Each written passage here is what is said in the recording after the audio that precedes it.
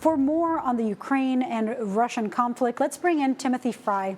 He's the Marshall D. Shulman Professor of Post-Soviet Politics at Columbia University. Timothy is also the author of Weak Strongmen: The Limits of Power in Putin's Russia. Timothy, I want to play some of what President Biden said today about the crisis in Ukraine and then come back to you. The Russian defense minister reported today that some military units are leaving their positions near Ukraine. That would be good, but we have not yet verified that. Indeed, our analysts indicate that they remain very much in a threatening position. Not yet verified.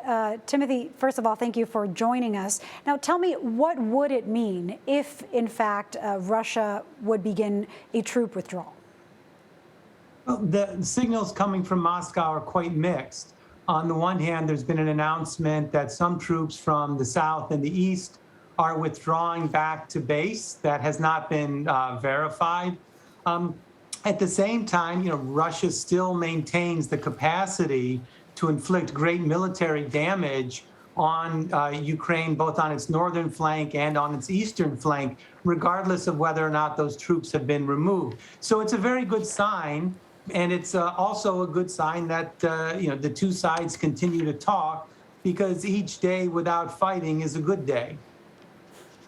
That's right. I mean, I understand that Russian President Vladimir Putin met with Germany's new Chancellor Olaf Scholz on Tuesday, today. What is potentially at stake between these two countries if Ukraine is attacked? As you said, any day that there is no fighting is a good day. But of course, every day we kind of feel that pressure.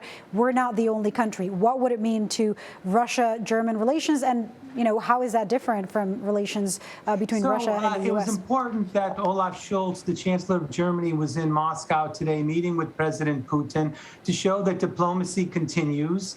On the German side, the Chancellor said that he would continue to pressure Ukraine in order to reach a compromise agreement with Russia known as Minsk II. This is an agreement that's not very favorable to Ukraine, but it is the only offer that's on the table and something that Moscow has pushed. At the same time, he also put some pressure on President Putin. Earlier in the day, the Russian parliament had voted to recognize the two regions in Ukraine where much of the fighting has taken place. And he warned President Putin that should that effort go forward, that this would end any negotiations over the peace agreement in Ukraine. So again, both sides are trying to bargain, and part of the bargain is the public debate that is taking place as each side tries to sway public opinion in Ukraine, in Russia, Europe, and the United States. When you say each side, we're thinking U.S., we're thinking Germany, but let's focus on NATO. I understand, of course, that Ukraine is not a member of NATO. Neither will it be, according to pretty much every expert out there, and President Biden and NATO members. Now, I understand that, however, Ukraine is getting a lot of help from NATO members. What would it look like if there was an intervention by Russia into Ukraine? What kind of help might NATO members provide? Well, it would depend a lot on the nature of the expansion of Russian military in Ukraine. Should it be a ground war with tanks rolling across territory, aerial strikes, you would see large numbers of refugees that would need to be accommodated. NATO would have to increase its military support for Ukraine to try to claw back territory. Hopefully, we don't get to that stage.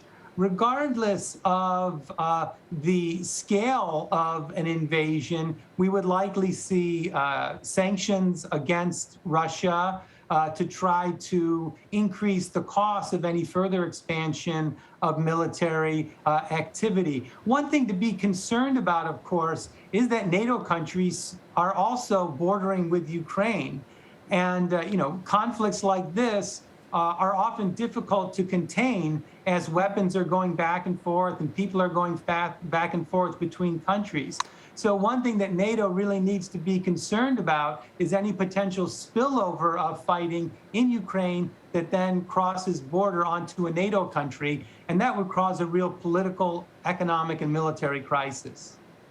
So better contain, better diplomacy, not get to any Russian aggression. Timothy Frye, thank you so much for joining us tonight. It was my pleasure. Thank you.